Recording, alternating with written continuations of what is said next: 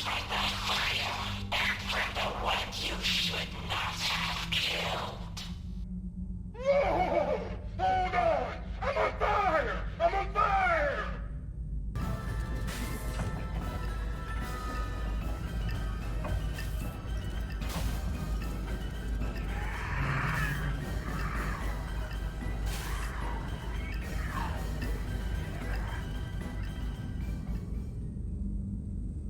Five Nights at Freddy's Secret of the Mimic is a game that has taken all of us by surprise in one way or another. Some mention how refreshing it is to have the bulk of the story be so clear-cut for once, while others praise it for how detailed and secretive it is with its lore, and I, for my part, am a part of both camps, appreciating how a blend of clear storytelling and mystery was pulled off so seamlessly in a mainline FNAF title. And while the main story beats that we get throughout the game were both easily digestible, engaging, and enjoyable, there were, and likely will be for years, details that add questions upon questions upon questions. A lot of theorists have come to very different conclusions about this game and its implications to the wider world and timeline, and I am no different. But before I branch off into other specific theories that I want to address in the future, I think it's best that I establish a rough, work-in-progress timeline as I understand it, so I can point people to this video in the future when I branch off of these conclusions in future theories. I am not saying that I am 100% locked in, written in stone, guaranteeing that this is for sure what happens, only that this timeline is how I currently understand the sequence of events, and I am fully open to being disproven with some future smoking gun evidence that might come out in the future which disproves everything I say in this video. But for now, I encourage you to have an open mind and give me a little benefit of the doubt as I try to take you down the logical path my brain took after playing this game. I won't be going into huge detail on the events of the game, but only the main story beats to keep this video not too terribly long, and I'll leave those specific threads to be followed in future videos. So with that out of the way, let's just delve right in. The game opens with a character called Arnold, who is a mobile technician for Fazbear Entertainment Incorporated. He is called to the MCM facility by a character called Dispatch to retrieve the blueprints and, if possible, endoskeleton of the Mimic. The Mimic, as its name implies, is capable of mimicking any character by donning any costume, changing size and shape to those costumes, and copying the voice lines of that character. Fazbear, who has recently come into possession of the facility and everything in it, sends Arnold to the MCM facility to retrieve its blueprints and, if possible, the Endo itself. To do this, he needs to get to Edwin's office deep in the facility and access his personal computer. But to do that, he needs to travel around the facility and find the clearance for his data diver to reach his office. As he travels throughout the building, he has to continually escape the Mimic that is pursuing him as it disguises itself as Jackie, possibly Big Top, and Dolly. Arnold is able to escape each of these encounters and gains more and more security clearance in the process. Eventually, he is able to reach Edwin's office and retrieve the Mimic blueprints and return to the main security office where Dispatch is. Now this is the point where the game splits off into its two regular endings. The first ending, dubbed the bad ending, is when you hand over your data diver with executive level clearance to Dispatch via the inventory system. He congratulates you and says you are now free to go home.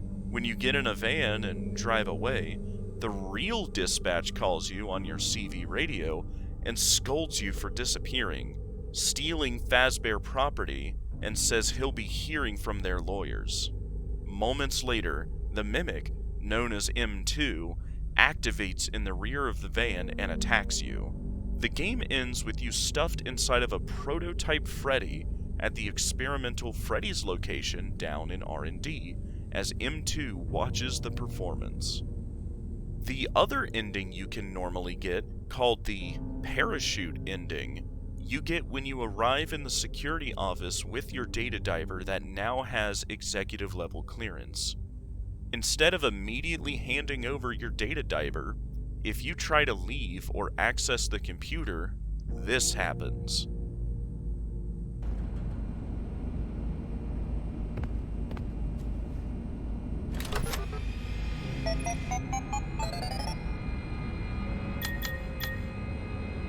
What are you doing? That area is off limits. You have made your choice. From there, you go through a secret passage under the couch to the welcome show and activate the goodbye show. You then descend down to R&D, where the Mimic pursues you in a mishmash of animatronic parts while Dispatch taunts you. You then move springlock suits to each of the gates to overload the power of the security office. When you do, you can enter and you meet Fiona, or F10-N4. Either or, really, as the subtitles for her dialogue say both. Fiona explains that her communications with Edwin were severed, and that Edwin, quote, abandoned us, and shut himself away in their home. She tells Arnold to head to their house and activate the communications subterminal to send him a message. A message trying to convince him to repair M2. She then says that it is all she wants, and if Arnold doesn't, M2 will never stop pursuing him. She then tells Arnold to tell Edwin that she still loves him, before entering standby mode and going quiet. A path opens to the house where M2 has followed you. After gaining access to the third floor by finding a part of the code at the end of each film reel that can be found throughout the home, you can find Edwin's home computer where you can unlock the surveillance room. There, you find a computer running Helper OS with both Mechanical X-Form Experimental Storage Number 1 and Cradle.exe inside. After running Cradle.exe, M2 appears behind you and chases you all the way from Edwin's house all the way back to the factory. As you are running, something causes both the Murray home and the MCM facility to burst into flames. You can also see dozens, if not hundreds, of robots running around the facility attempting to escape the flames that the game files call proto-mimics. As you escape out the front doors to the facility, you are chased to the van you arrived in as the MCM facility and Edwin's home burns in the distance. As you drive away, your van is swarmed by proto-mimics climbing on in an attempt to attack you, before the mimic jumps on the roof and smashes through the windshield, grabbing the wheel and causing the van to crash. Arnold then wakes to see the van rolled upside down and on fire as the mimic approaches and lifts the front of the van to get closer to Arnold, and as the mimic reaches in, it grabs the data diver, drops the van, and walks away, after setting the data diver in its chest. The final ending, known as the secret ending or the closet ending, branches off of the parachute ending at the point you arrive at the Murray family home. In a new Game Plus, you must replay the entire game up to that point, while also collecting every collectible to use them in Moon.exe to beat the game. Now, Moon.exe deserves a lot more time dedicated to it itself, so I will just briefly say that once you beat Moon.exe, you are given glitched permissions by a sun character that goes from the game to your data diver. From here, you continue the game normally until you end up at the Murray home. At this point, there are rooms in the house that you can now access to collect cassettes that contain a bedtime story for David. Once you collect all the cassettes, you can enter David's room. Here, you place the white tiger plush you got at the beginning of New Game Plus on a podium in his room. As you set the plush on top of the podium, the voices of Edwin and Fiona start telling a story to David. As this is happening, a mimic Endo activates from inside the closet and shifts between a blue-eyed, friendly David persona and a yellow-eyed, hostile M2 persona. If you push the correct buttons in the correct order for the story, you can continually reset the Endo to the David persona until it eventually goes dormant next to you, as a data diver socket appears in its chest. When you insert your data diver with the glitched permissions into the Endo, it seemingly permanently resets to the David persona as it grabs the plush from the podium and lays down in David's bed, as Fiona says, Your parents love you. when the Endo replies in David's voice before laying down and shutting down. So, that's a lot to take in, right? But the on-the-surface bigger details seem to be pretty clear in this game, and most people, from what I have seen other theorists say, seem to be on the same page about them.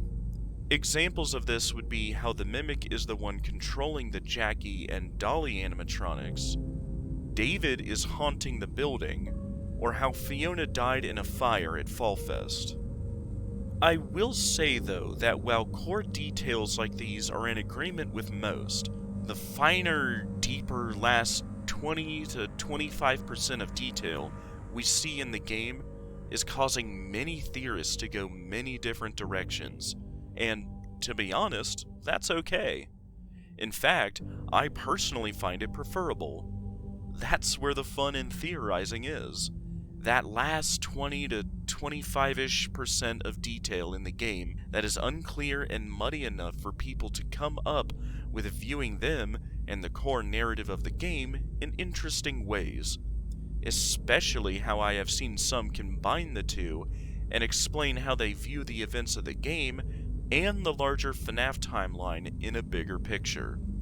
I am also no different in this.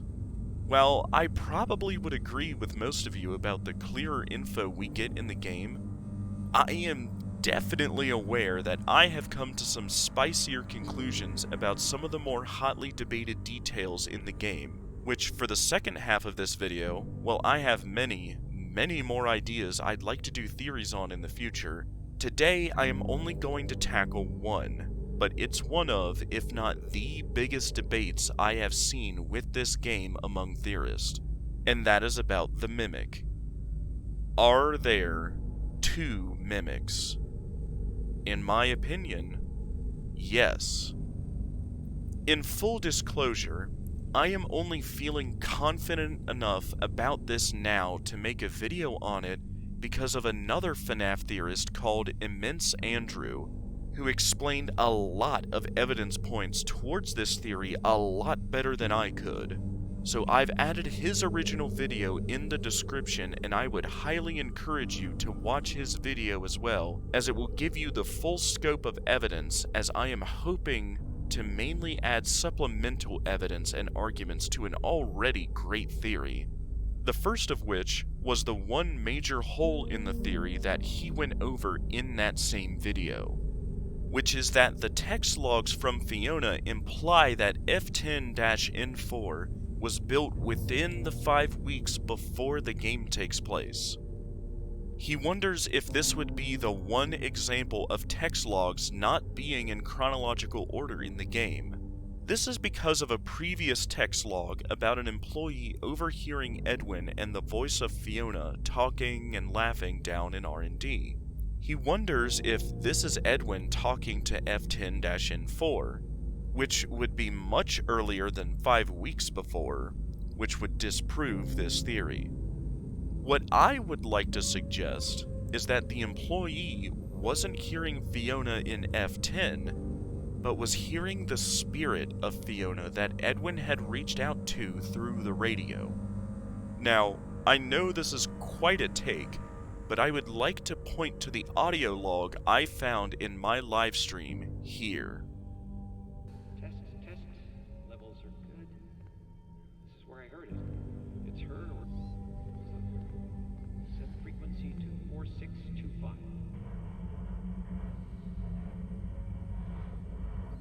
Hello? Hello? Is anyone there? Over. Say something.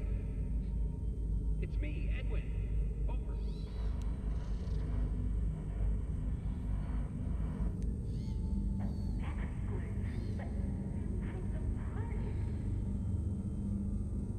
Did you notice anything specific about what she said? It is one for one with what she said in the second birthday film when she was still alive.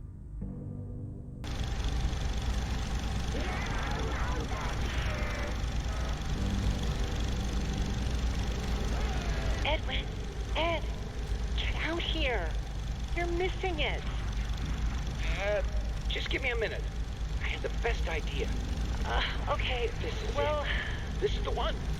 Bigger than the Cleanovac. that's great, honey, but you're missing the party.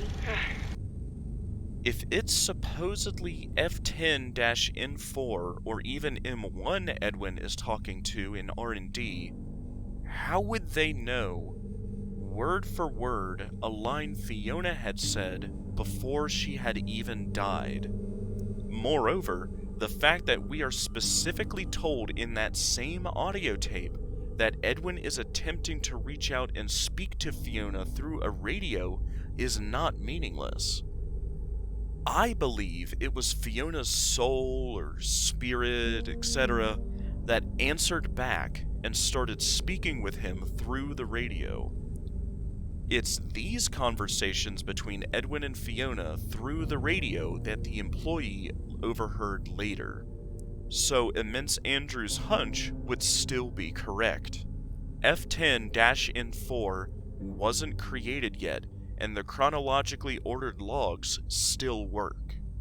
Ergo, as he describes, Edwin put M1 or Fiona into F10 within the last 5 weeks of Arnold arriving at the factory. This also means that the Ruin Mexis is Mexis number 1, and F10 is Mexis number 2, because the only file Mexis number 2 is storing is the Mimic blueprints, and Mexis number 1's only file is Cradle.exe, which if whatever the Cradle.exe program does exactly involves storing a Mimic program, and possibly a soul, and Mexis number 2 has no prompt to run Cradle.exe, and the entire point of the Mexis computers was to be a storage system for Mimic programs and possibly souls, given the mechanical X-form experimental storage. That must mean Mexis number 2 is already running Cradle.exe and is actively containing something, and ergo must be F10-N4 where Fiona is stored. Whew. You guys get all that? So wait, I can hear you saying. What is the point of all of this, and what does it really prove? I am glad you asked, dear hypothetical viewer, because what this means, if true, is massive. It means that if M1 didn't end up in F10 until, at the absolute earliest, 5 weeks prior to the game, and Fiona was still in M1 the entire time prior to that, that means there was for sure both an M1 and M2 Endo running 2 separate programs at the same time. Ergo, 2 Endos. If you are still skeptical, I don't blame you. This is a lot to go over, but when you really go over it a few times, it does make sense to me at least. To those of you who want to disprove this, I would encourage you to try to explain how nothing said previously works, or the other option, that somehow the one Endo was running both the M1 and M2 programs, while also possibly containing Fiona's soul, simultaneously, and why and how that would work. But if you're still not convinced, I have a couple additional evidence points to add in. One that Immense Andrew already brought up, which bears repeating. The audio log where Fiona asked Edwin to, quote, build another. Edwin, you can't put it off any longer. You need to try again. Build another. When I hear build, I think fence or house or whatever, something physical. To me, at least, the syntax of build a program as opposed to make a program doesn't make much sense to me. But if that still isn't enough, I have one last point that I have yet to see anyone else mention. In the secret closet ending, many who believe the only one Endo theory will argue that the Endo in the closet is still M2, and it just snuck inside the room and hid in the closet in the few seconds of us going through the vent to David's room. As when you are still in the cassette room, you can still hear M2 stomping around the house while inside. My question would be, how? When we get into David's room, we see the door shut and locked, as Arnold isn't able to just simply open the door from the other side. The decorative window to the right from the vent is still shut, and the vent we just walked through is the only other way into or out of the room. We also see no obvious holes in the walls. How exactly would M2, with its constant chattering, have within about 10 seconds and completely silently broken down the door or burst through the wall to the closet, or went outside to climb up the wall, open the window, and then get in the closet, all while not leaving a single trace that any of these things happened? I know people like to pick and choose when logic and environmental consistency can be applied to FNAF, and to a degree, I get it. With near or actually sentient AI, hauntings, time/reality traveling ball pits, and the ever-loved Fazgoo, this franchise can be hard to suspend disbelief at times. I would like to counter, though, in the same breath, and point out that Steel Wool, and indirectly Scott, have prided themselves on environmental storytelling. Think of the detail of Gregory's backpack by the vent next to Mimic's holding room in Ruin, the staff bot table in Security Breach showing the Mrs. Afton bot at the head of the table, or even Scott's specific colors of specific text to denote different characters speaking. To miss something as blatant as this far into the series would be a massive mistake that people would catch on to pretty quickly. Either that, or the Mimic can teleport, which would at this point annoy me less than the M2 Mimic Houdini many seemingly insist upon. But with that, I'll end this long video here and get working immediately on my next theory, which I'm leaving a hint for the topic of now, and the next theory after that is in the beginning. Go give Immense Andrew a sub, and I'll see you guys soon when my brain has time to cool off. And thank you for watching.